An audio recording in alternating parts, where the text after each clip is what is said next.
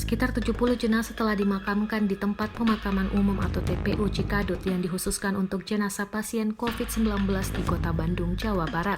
Hal tersebut disampaikan Sekretaris Dinas Tata Ruang Kota Bandung, Agus Hidayat, di Balai Kota Bandung Jumat 3 Juli 2020. Meski demikian, Agus mengatakan tidak semua yang dimakamkan di tempat pemakaman khusus telah dinyatakan positif terpapar virus corona.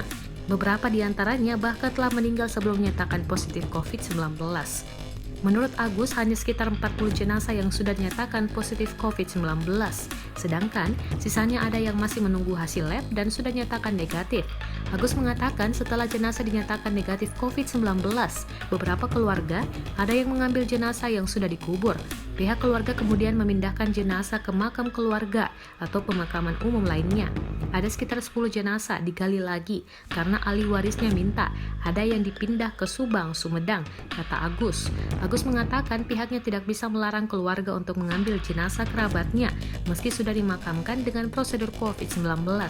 Ya, kalau negatif kita tidak bisa melarang, syaratnya harus ada keterangan negatif dari rumah sakit, kata Agus.